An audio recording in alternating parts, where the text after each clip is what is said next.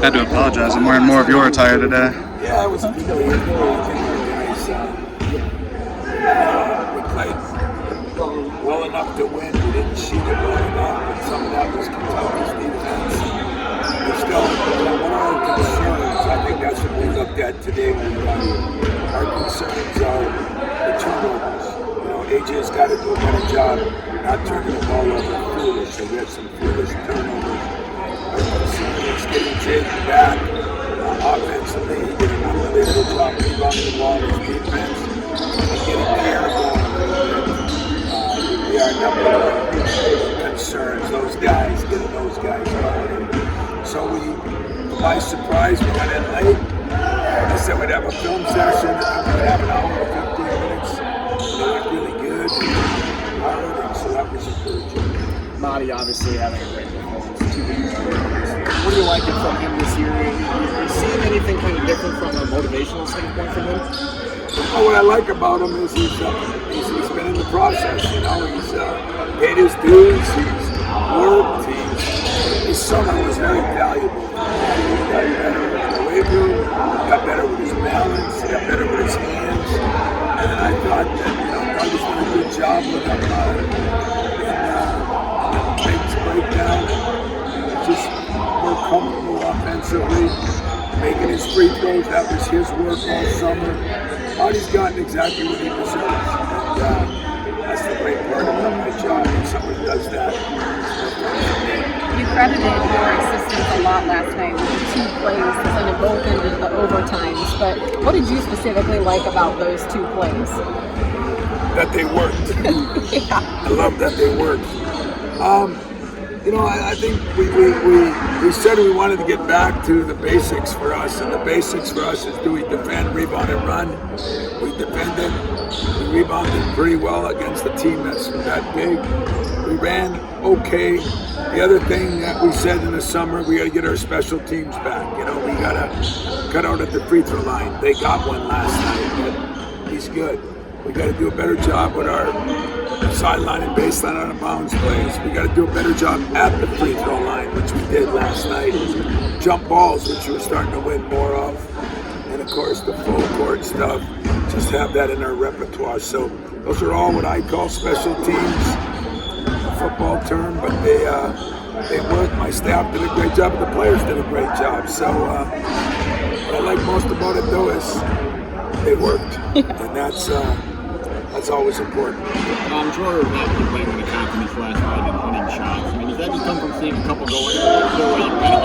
If you remember, the first one, a couple didn't go in. The first one crotched up there. It was ugly, and so that was not good. But what I like about Joey right now is even when he was 0 for 5 on the ship, he was in foul trouble. I met with him after. There was just a different Joey in the last couple of years. He wasn't hanging his head. He wasn't, all upset about it. And he just went back to work. So, I said last night, I said it today, I said it to you guys.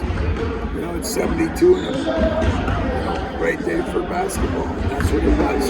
No wind, 72 degrees. It was a hell of a day. Have you dug in over much yet? Yeah. Oh, yeah. I don't see much. I'm a little tired, but last night I watched some of Villanova on the way home, and of course all day today. And typical Villanova team, they do a hell of a job backing you down in with the dribble. Jay Wright was great at it. They've got some players that are, could be 6-year guys. As he always told me, it's more fun to get old than get young. And so he's got some veterans on that team, but he's got some men on that team. This will be, I think, the strongest, toughest team we'll play, or will play maybe all season long. And they've got versatility. They've got 6'7", 6'8" guys that play center and power forward that can handle the ball and shoot the ball. They switch a lot on defense.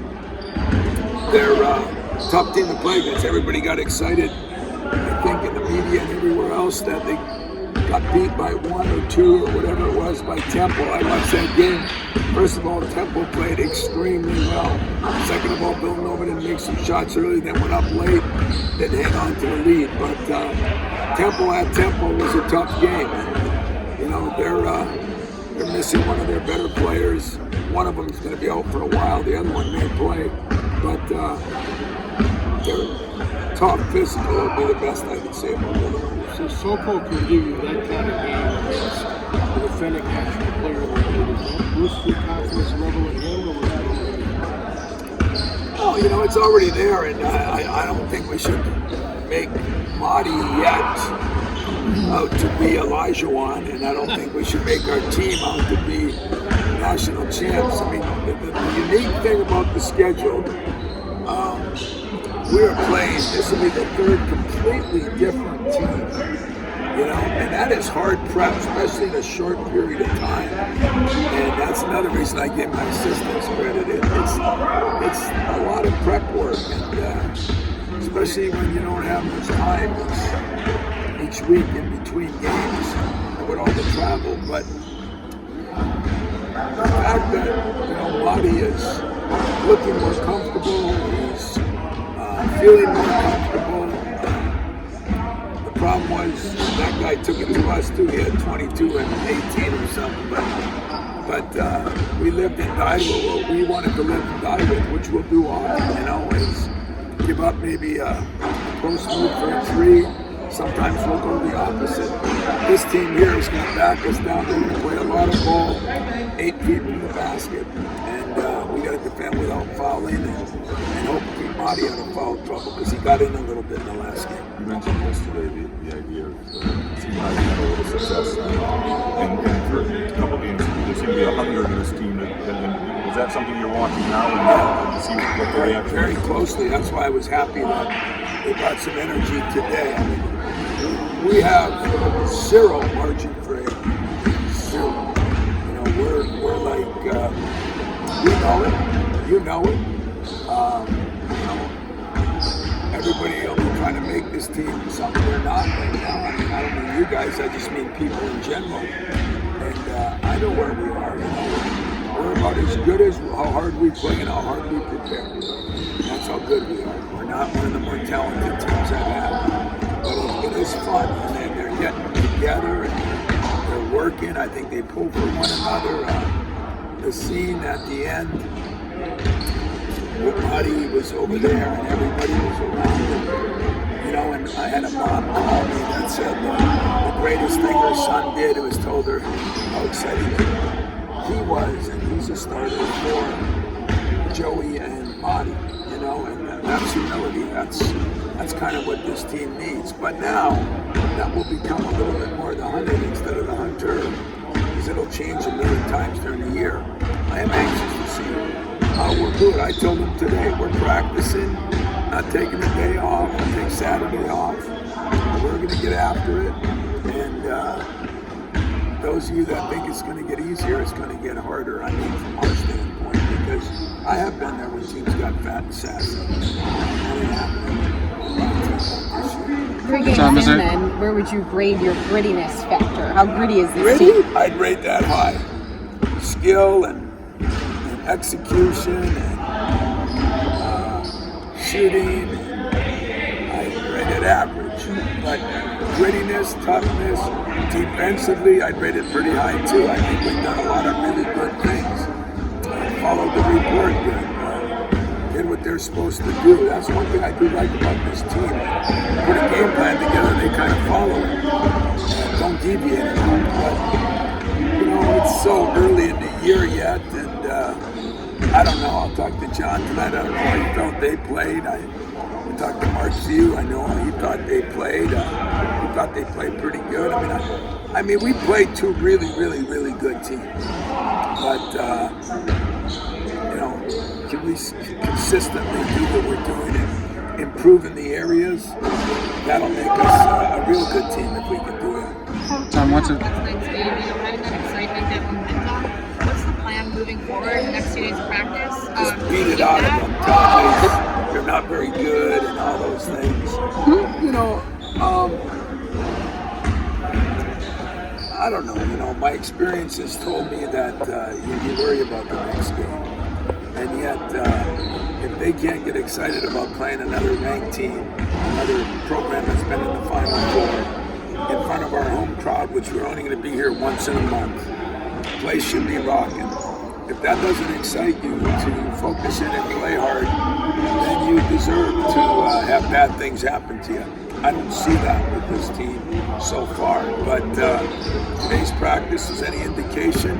It wasn't that long, but it was very upbeat, and that's one thing I really appreciated about it. No excuses. Let's go. Don't come in here. Don't walk in the film room. I'm all tired. I stayed up a lot longer than you guys did. I'm older than you guys, so let's go. And they told me, but you didn't play. I said, you're right. Tom, what did you think? Bring up Jay a lot over the years about running that program. It seemed like you had a good appreciation for that. I know he's not there anymore, but just how much of you appreciate that? I just love what Jay Wright did. Like I said, his first Final Four was in '09. We were in it together, and we talked after about the pitfalls, the positives, and negatives. He ran into some of the same things I did. You start deviating, you get a little better player, you get a little,